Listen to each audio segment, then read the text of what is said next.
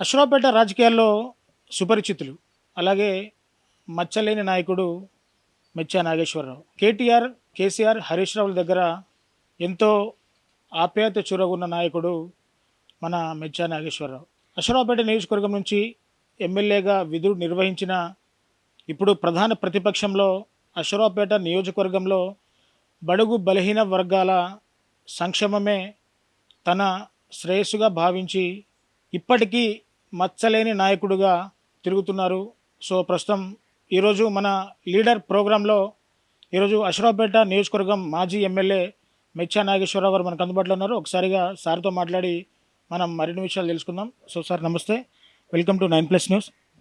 Sir చెప్పండి, ప్రధానంగా అసలు రాజకీయాల్లోకి రావాలనే ఆలోచన ఎప్పుడు కలిగింది? అసలు రాజకీయాల్లోకి ఏ విధంగా వచ్చారు? అసలు మీ రాజకీయ ప్రస్థానం ఏ విధంగా సాగింది సార్?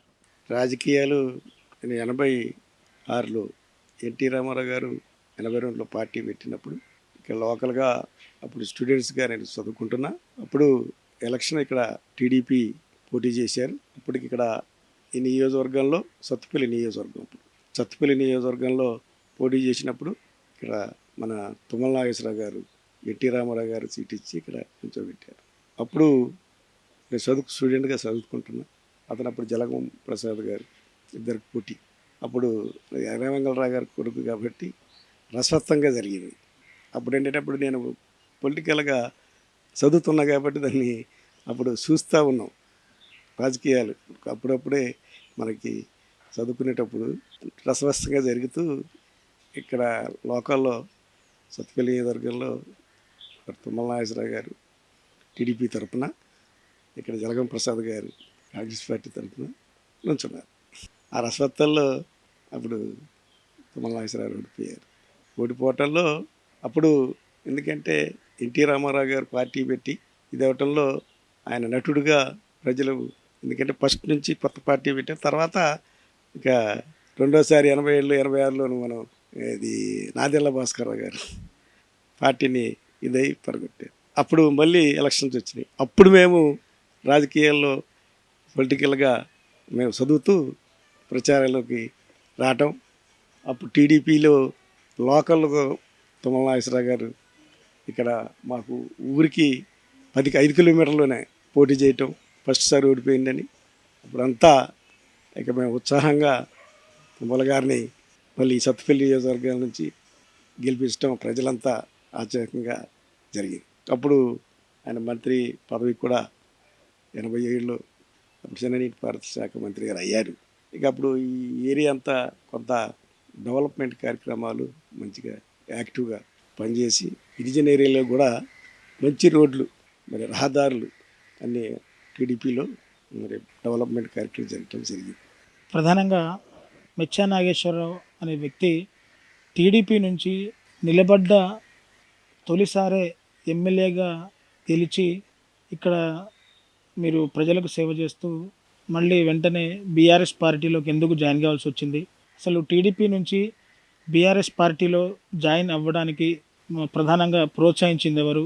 అసలు ఆ కారణాలు ఏంటి సార్ ముఖ్యంగా? అంటే అక్కడ నుంచి మనం టీడీపీలోనే ఉండిపోయాం. తర్వాత తుమ్మల గారు మంత్రిగా మా ఊడిపోవడంలో మరి నేను కూడా 2014లో ఊడిపోయాను. నాకు సీటు అప్పుడు అశ్వరావుపేట నియోజకవర్గం అయ్యాక నుంచున్నాను. సరే కొద్ది తేడాలో ఊడిపోయాం. అటు తుమ్మల గారు కూడా ఊడిపోయారు. ఇక్కడ ఎంపీగా మరి శ్రీనివాస్ రెడ్డి గెలిచాడు, వైఎస్ఆర్ పార్టీ నుంచి తాటి గెలిచాడు. అక్కడ నుంచి రాజకీయాల గురించి మనం న్యాయం చేస్తే బాగుంటుంది, ఇది గిరిజన ఏరియా అనేది ఆ ఊపిలో రాజకీయాలు చేసుకుంటూ వచ్చాం. ఇక మధ్యలో మరి నేను తుమ్మల గారు అప్పుడు టీడీపీ నుంచి బీఆర్ఎస్ ఓడిపోయాక బీఆర్ఎస్ పార్టీలోకి వెళ్ళారు. నేను వెళ్ళలేదు. ఆయనతోనే గురువుగా పనిచేసాం. మా గురువుగా మేము గౌరవించాం, కానీ పార్టీలో నేను వెళ్ళలేదు. ఇక నేను టీడీపీలోనే ఉండిపోయినా. ఆయన కేసీఆర్ గారి దగ్గరికి వెళ్ళి పార్టీ కప్పుకుంటాను. నేను టీడీపీలోనే ఉండిపోయినా. ఇక అదే రకంగా టీడీపీలో ఉన్న తర్వాత అప్పుడు మళ్ళీ ఇక్కడ ఈ రాష్ట్రంలో ఈ జిల్లాలోనే మళ్ళీ 3 సీట్లు టీడీపీకి ఇవ్వటం చంద్రబాబు గారు. అందులో అశ్వరావుపేట కూడా ఉంది. ఆయన మంచిగా కొద్ది తేడాలో ఓడిపోయిండు పోయినసారి. మళ్ళీ ఆయనకి సీట్ ఇవ్వాలనేది అశ్వరావుపేటకి నాకు సీట్ ఇవ్వటం జరిగింది. సత్తుపల్లికి వెంకట వీరయ్యకి ఇచ్చారు. ఖమ్మం నామా నాగేశ్వరరావు గారు మరి 3 పోటీ చేసాం. 3లో నేను ఇక్కడ అలా మరి పోటీ చేసే విషయాలకి నేను అప్పుడు రాజకీయాలు ఎట్టమాని అంటే మా గురువులు పెద్దలందరూ వెళ్ళిపోయారు, అందరూ ఆ బీఆర్ఎస్లోకి వెళ్ళిపోయారు. ఈ జిల్లాలో ఉన్నాం, నేను ఒక్కడిని ఇక్కడ ఆగిపోవడంలో బాబు గారు నాకు అది గౌరవం ఇచ్చి నాకు ఇక్కడే సీటుని నిజాయితీగా నాకు మత్సా గారికి కంపల్సరీ సీట్ ఇవ్వాలి, ఇక్కడ గెలిపించుకొని సీట్ ఇచ్చి కంపల్సరీగా గెలిచాను ప్రజల కోసం.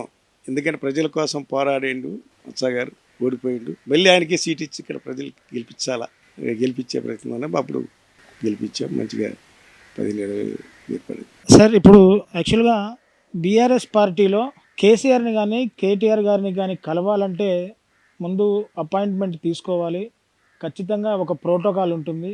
కానీ అశ్వరావుపేట నుంచి మెచ్చా నాగేశ్వరరావు వెళితే డైరెక్ట్గా కేటీఆర్ దగ్గర వితౌట్ అపాయింట్మెంట్తో డైరెక్ట్గా కేటీఆర్ని కలుస్తారు. ఏంటి అంత రిలేషన్ ఏంటి, అంత అవినాభావ సంబంధాలు ఏంటి? అంటే వేరే వేరే మంత్రులు ఉన్నా కానీ ఎమ్మెల్యేలు ఉన్నా కానీ అపాయింట్మెంట్ తీసుకొని వెళ్తారు, కానీ మెచ్చా నాగేశ్వరరావు డైరెక్ట్గా వెళ్ళడం, మరి కేటీఆర్కు మీకున్న సాన్నిధ్యం ఏంటి సార్? అంటే నేను పార్టీలో టీడీపీలో గెలిచాక అందరు వెళ్ళిపోయిన నెల లేదు. కాంగ్రెస్ పార్టీ వాళ్ళు వెళ్ళిపోయారు, అందరు వెళ్ళిపోయారు, నేను ఒక్కడనే ఉండిపోయాను టీడీపీలో. నా కేసీఆర్ గారు నాకు ఎన్నో కబుర్లు చేశారు రమ్మనమని, వెళ్ళలేదు. ఎందుకంటే ప్రజలు ఇచ్చిన మాట గెలిపించారు. ప్రజల్ని వదిలిపెట్టి వెళ్తే మరి నేను ఒక ఫీలింగ్గా ఇదవుతా కాబట్టి అంటే ఉండిపోయాను. 3 సంవత్సరాలు అంటే ఉండిపోయాను. అప్పుడు 3 సంవత్సరాల్లో మరి మనకి ఎందుకు ప్రజలు గెలిపించిన ప్రజలు కొంత నాకు సపోర్ట్గా ఉన్న ప్రజలు, ఒక్కరివేగా ఉన్నావు ఎమ్మెల్యే గారు, బాబు గారితో మాట్లాడి మనం వెళ్తే గిరిజన ఏరియా కదా, డెవలప్ చేయడం బాగుంటుంది గిరిజన ఏరియానని అంటే, అప్పుడు నేను బాబు గారితో మాట్లాడి, సార్ డెవలప్మెంట్ ఆగిపోతుంది అశ్వరావుపేట నియోజకవర్గం, కాబట్టి నేను అశ్వరావుపేట నియోజకవర్గం డెవలప్ చేయాలనేది నాకు కోరిక. మీ తరపున గెలిపించినందుకు నేను ఒక్కడనే ప్రతిపక్షంలో ఉంటే చేయలేరు కదా సార్ అని. కమిన్ ఓకే, ప్రజల కోసం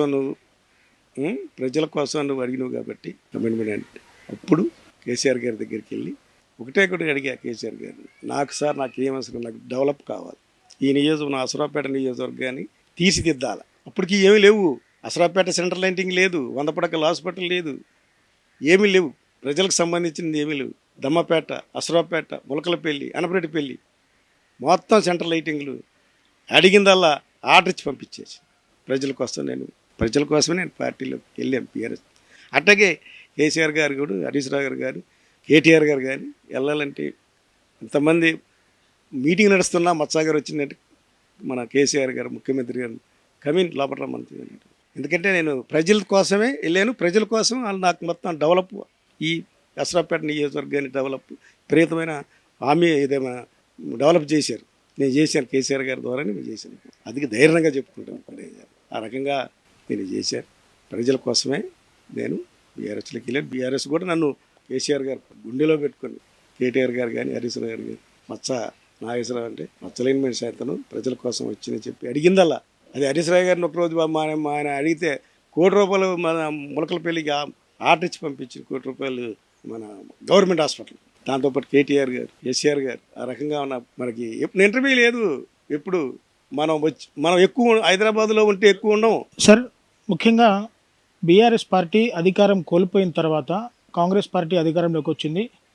అధికారంలోకి వచ్చి అంటే మీరు అశ్వరావుపేట నియోజకవర్గం ఎమ్మెల్యేగా ఉన్నప్పుడు మీ హయాంలో జరిగిన అభివృద్ధి ఏంటి, ఇప్పుడు కాంగ్రెస్ పార్టీ అధికారంలోకి వచ్చిన తర్వాత ఇప్పుడు అశ్వరావుపేట నియోజకవర్గం జరుగుతున్న అభివృద్ధి ఏంటంటే అప్పటికి ఇప్పటికీ ఏమైనా తేడా ఉందా, అదే విధంగా జరుగుతుందా? అభివృద్ధి కాంగ్రెస్ పార్టీ అభివృద్ధి ఏమీ లేదు కదా, నేను తెచ్చిన అభివృద్ధి ఇక్కడ అశ్వరావుపేటకి తెచ్చిన నేను తెచ్చిన నిధులే చేపలేకపోతున్నారు కాంగ్రెస్ పార్టీ అబద్ధాల మాటలు చెప్పి పార్టీకి గెలిచింది.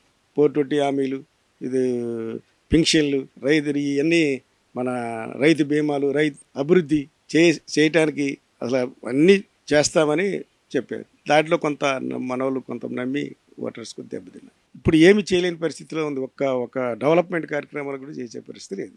అన్నీ బీఆర్ఎస్ ఇచ్చిన, కేసీఆర్ గారు ఇచ్చిన అభివృద్ధి కాబట్టి ఆ 420 హామీలలో కొంచెం వాటర్స్ డైమల పట్టడంలో కొద్ది తేడాలో రాష్ట్ర ప్రభుత్వం పడిపోయింది.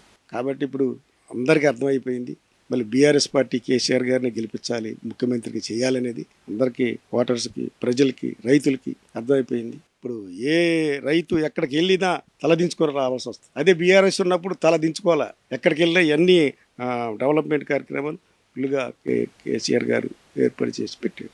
ఆ రకంగా ఒక్క డెవలప్మెంట్ కూడా కాంగ్రెస్ పార్టీ 2 సంవత్సరాలలో ఇది ఏమి ఇవ్వలేదు.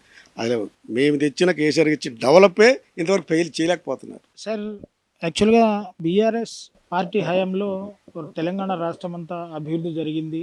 మరి అంతా అభివృద్ధి చేసిన బీఆర్ఎస్ పార్టీని 2023లో ప్రజలు ఎందుకు మాకు బీఆర్ఎస్ పార్టీ వద్దు, కాంగ్రెస్ పార్టీ కావాలని చెప్పేసి ప్రజలంతా కూడా అంతా అభివృద్ధి చేసిన బీఆర్ఎస్ పార్టీని వదిలేసి కాంగ్రెస్ పార్టీకి ఓటేశారు. మరి బీఆర్ఎస్ పార్టీని ప్రతిపక్షం ఉంచడానికి గల ప్రధాన కారణాలు ఏంటంటే మీరేం చెప్తారు సార్? ప్రతిపక్షంలో ఎందుకంటే ఆయన ఇచ్చిన రేవంత్ రెడ్డి గారు ఇచ్చిన కాంగ్రెస్ పార్టీ రేవంత్ ఇచ్చిన హామీల వల్లే బీఆర్ఎస్ పార్టీ మరి హామీలు ఇంకా డబల్ ఇస్తామని హామీలు ఇచ్చారు. అన్ని రకాలుగా స్టూడెంట్స్ని కానీ మొత్తం ఉద్యోగాలు కానీ రైతుల్ని కానీ మరి కింద మన పెన్షన్లు పెంచుతామని మరి అత్తగారికి 2000 కోడలికి 1500 ఇస్తానని చెప్పి వంటలో కొంత టైంలో పడ్డారు లేడీస్.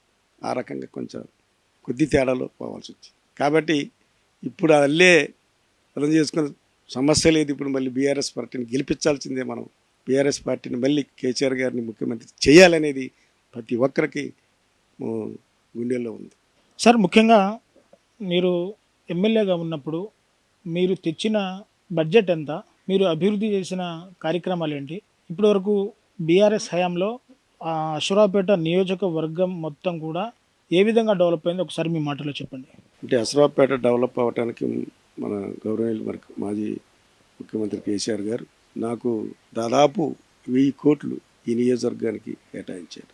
అన్ని రహదారి బాబులే కానీ మరి సెంట్రల్ లైనింగ్లే కానీ 100 పడకల హాస్పిటల్లే కానీ కోర్టు ఇది కానీ కోర్టు ఎక్కడికి పోవాలన్నా సత్తుపల్లి కొత్తగూడెం వెళ్ళాలి. కోర్టు ఎక్కడ ఏర్పాటు చేశారు జిల్లా అయిన తర్వాత. ఆ రకంగా ఈ నియోజకవర్గాన్ని డెవలప్ చేశారు. ఆ డెవలపే ఇప్పుడు డెవలప్ జరుగుతుంది. మళ్ళీ కేసీఆర్ గారిని మళ్ళీ గెలిపించాలని బీఆర్ఎస్ని గెలిపించిన ఆలోచన ప్రతి ఒక్కరికి వచ్చింది.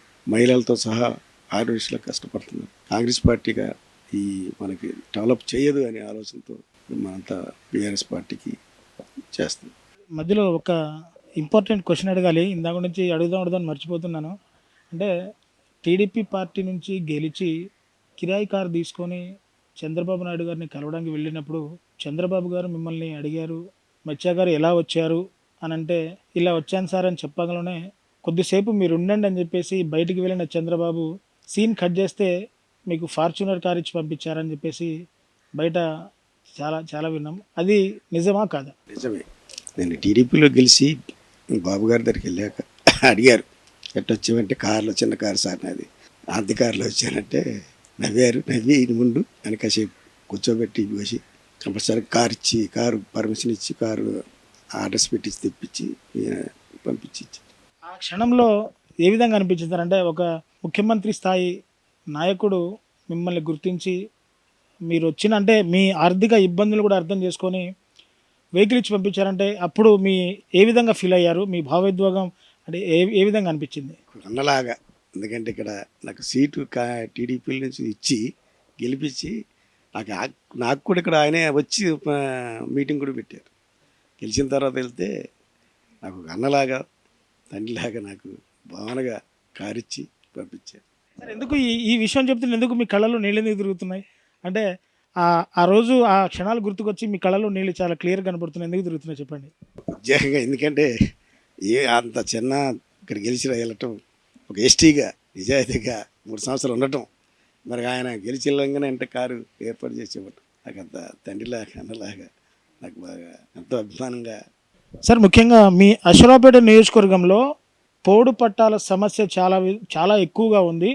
బీఆర్ఎస్ హయాంలో చాలామంది రైతులకి పోడు పట్టాలు మీ చేతుల ద్వారా మీరే స్వయాన అందించారు. కానీ ఇప్పుడు పరిస్థితి చూస్తే పోడు వివాదం అలాగే నడుస్తుంది. ఫారెస్ట్ అధికారులకు అలాగే గిరిజన ఆదివాసీ ప్రజలకు కూడా ఆ విధంగా నడుస్తుంది. సో పోడు పట్టాల మీద ఏ విధంగా మీరు ఫైట్ చేయదలుచుకున్నారు ఈ కాంగ్రెస్ పార్టీ హయాంలో? పోడు పట్టాలు బీఆర్ఎస్ ప్రభుత్వంలోనే ఇచ్చింది.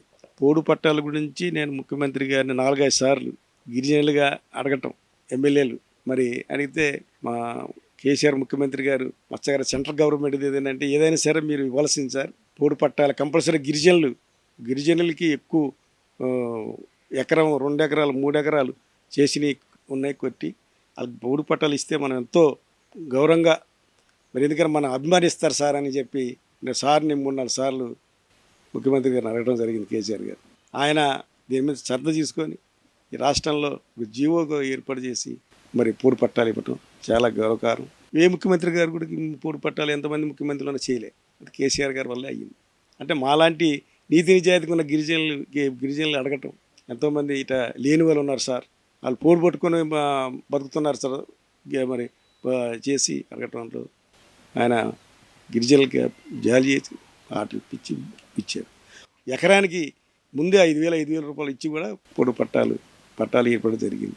మా నియోజకవర్గంలోనే 26,000 ఎకరాలకు ఇచ్చారు. 26,000 ఎకరాలకు నేను ఇక్కడ పంచిపెట్టాను 10,000 మందికి. అశ్వరావుపేట నియోజకవర్గంలో మెచ్చా నాగేశ్వరరావు పూర్తిగా ఒంటెద్దు పోకడపోతున్నాడు, ఎవరి మాట వినట్లేదు, సొంత నిర్ణయాలు తీసుకుంటున్నారని చెప్పేసి కూడా సొంత పార్టీ నాయకులే మీ మీద ఆరోపణలు చేస్తున్నారు. ఈ ఆరోపణలు మీరు ఏ విధంగా ఖండిస్తారు? మా పార్టీలో బీఆర్ఎస్ పార్టీలు అందరం కలుపుకోబోతున్న తర్వాత సొంత నిర్ణయం నాకు ఉండదు. ఇంతవరకు నేను ఇప్పుడు రాజకీయాల్లోకి వచ్చిన తర్వాత నేను ఏ రాజకీయ నాయకులను ఎవరిని తిట్టలే. అందరినీ గౌరవంగా ఉంటాం, గౌరవంగా వాళ్ళకి తలదించుకునే చర్చ కూడా ఎప్పుడు చేయలే. నాకు తిట్టం కూడా రాదు. అందరినీ కలుపుకోవటమే నాకు అన్న ఆలోచన పార్టీలో ఉంది. టీడీపీలో ఉన్నప్పుడు అంటే చేసి, బీఆర్ఎస్లో కూడా అంటే చేసి, ఆ నీతి నిజాయితీ ఉంది కాబట్టి పెద్ద ఆయన దగ్గర నాకు ఒక విలువ ఉంది. పార్టీ నాయకుల్ని ఎడగొట్టడం, ఒంటి పోత ఉండదు. పార్టీ నిర్ణయం ఏది జారీ చేస్తే ఆ జారీ ప్రకారంగా నేను ఉంటాను. సొంత నిర్ణయం ఉండదు, పార్టీ నిర్ణయం ప్రకారంగా నేను పనిచేస్తాను. అందరినీ పార్టీలో ఉన్న నాయకులకు కానీ కార్యకర్తలను కానీ వాళ్ళు విలువ కాపాడుతాం తప్ప విలువ తీసే చేయను. పార్టీని అందరూ కావాల్సింది, అందరూ నాకు పార్టీకి అన్నదమ్ముల్లాగా కలిసిపోతే తప్ప ఎవరిని నేను తిట్టడం కానీ ఉండదు. పార్టీని కలుపుకోవాలనేది ఆలోచన ప్రకారంగా నేను పార్టీలోకి వెళ్ళి పార్టీ ఆదేశాల ప్రకారంగా నేను నడుస్తాను. పార్టీకి ఎక్కడ తలవంపులు తీయను. ఎవరో ఒక పార్టీలు మరి వాళ్ళు చెప్పింది వీళ్ళు చెప్పింది ఏదో కొంతమంది చెప్తే అది కొంతమందికి కుటుంబంలాగా ఒకరిద్దరు ఏదో నడుస్తుంటారు. అసలు జరగవు. పార్టీ ఆదేశాల ప్రకారంగానే నడుస్తాం. ఇక కుటుంబం అన్నాక ఏదో చిన్నవి ఒకటి ఉంటాయి, మాట్లాడి భరించేలాగా ఏర్పాటు చేసేలాగా చేస్తాం. కానీ పార్టీని శిఖర్ చేసేలాగా చెయ్యం. నా గురించి రాష్ట్ర లెవెల్ నుంచి జిల్లాలు మొత్తం తెలుసు. మరి 2 రాష్ట్రాలకు తెలుసు మచ్చనాగేశ్వరరావు ఎట్టా ఏ రకంగా ఉండేది దగ్గర తెలుసు. చంద్రబాబు గారి దగ్గర ఉన్నాను, కేసీఆర్ గారి దగ్గర ముఖ్యమంత్రిగా ఉన్నాను. ఇవిగా పార్టీని కాపాడుకుంటా తప్ప పార్టీని శిఖర్ చేసే రానివ్వు. ముఖ్యంగా సీనియర్ మంత్రి తుమ్మల నాగేశ్వరరావు గారితో మెచ్చా నాగేశ్వరరావుకున్న తత్సంబంధాలు ఏ విధంగా ఉంటాయి? అంటే ఇప్పటికీ కలిసినప్పుడు మాట్లాడుకుంటారా? ఏ విధంగా ఉంటారు? తుమ్మల నాగేశ్వరరావు గారితో మీ సాన్నిధ్యం ఏ విధంగా ఉంటుంది? అంటే మాకు ఆయన గురువు గారి పార్టీలో ఆయన ఉన్నప్పుడే, మంత్రిగా ఉన్నప్పుడే ఆయన ద్వారా నేను వచ్చాను, పార్టీలోకి వచ్చాను. అక్కడి నుంచి నేను ఎందుకంటే ఆయన పార్టీలో ముందు ఓడిపోయాక 2014 ఓడిపోయిన తర్వాత నేను పార్టీ మారలేదు, ఆయన పార్టీ మారి లేరు. ఇక అక్కడి నుంచి అంతకుముందు అన్నదమ్ముల్లాగానే ఉన్న గురువు అయిన తర్వాత అన్నదమ్ములు ఉండేది. ఇక అప్పుడు నేను పార్టీ మారలేదు. ఇక ఆయన వెళ్ళిపోయిన తర్వాత సరే మనమంటే ఎక్కడన్నా ఇప్పుడు ఆయన బీఆర్ఎస్లో ఉన్నప్పుడు, నేను టీడీపీలో ఉన్నప్పుడు సరే ఆయన వెళ్ళినా కూడా ఎక్కడన్నా గౌరవంగానే చూసాం. మనకి ఎప్పుడు అనలేదు. వెనుక ఎక్కడన్నా కలిస్తే నమస్కారం సార్ అంట, గురువుగారు నమస్కారం సార్. ముఖ్యంగా మీరు గత ఎలక్షన్ ప్రచారంలో కూడా ఒక ప్రత్యేకమైన భాష మాట్లాడారు. అంటే అది ఏ భాష కూడా తెలియదు.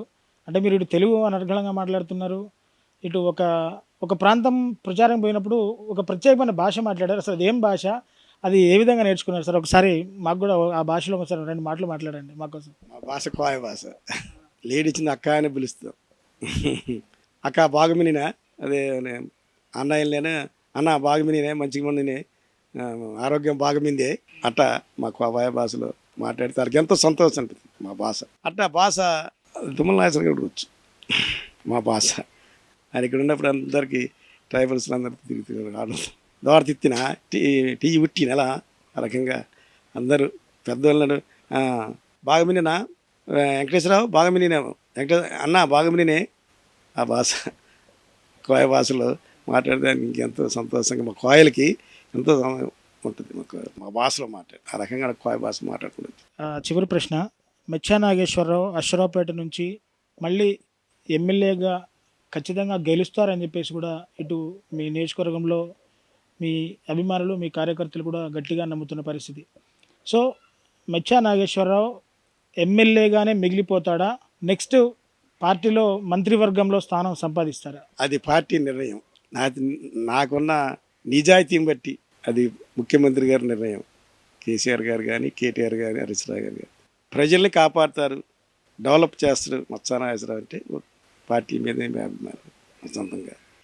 గెలవడానికి నేను ఈ నియోజకవర్గాన్ని డెవలప్ చేసింది ప్రజలకి.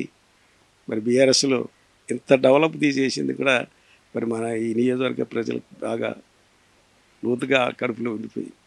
ఎందుకంటే ఆ ప్రబలపు కోసమే పార్టీ మారిన మత్స గారు అనేది అధిష్టానానికి బాగా తెలుసు.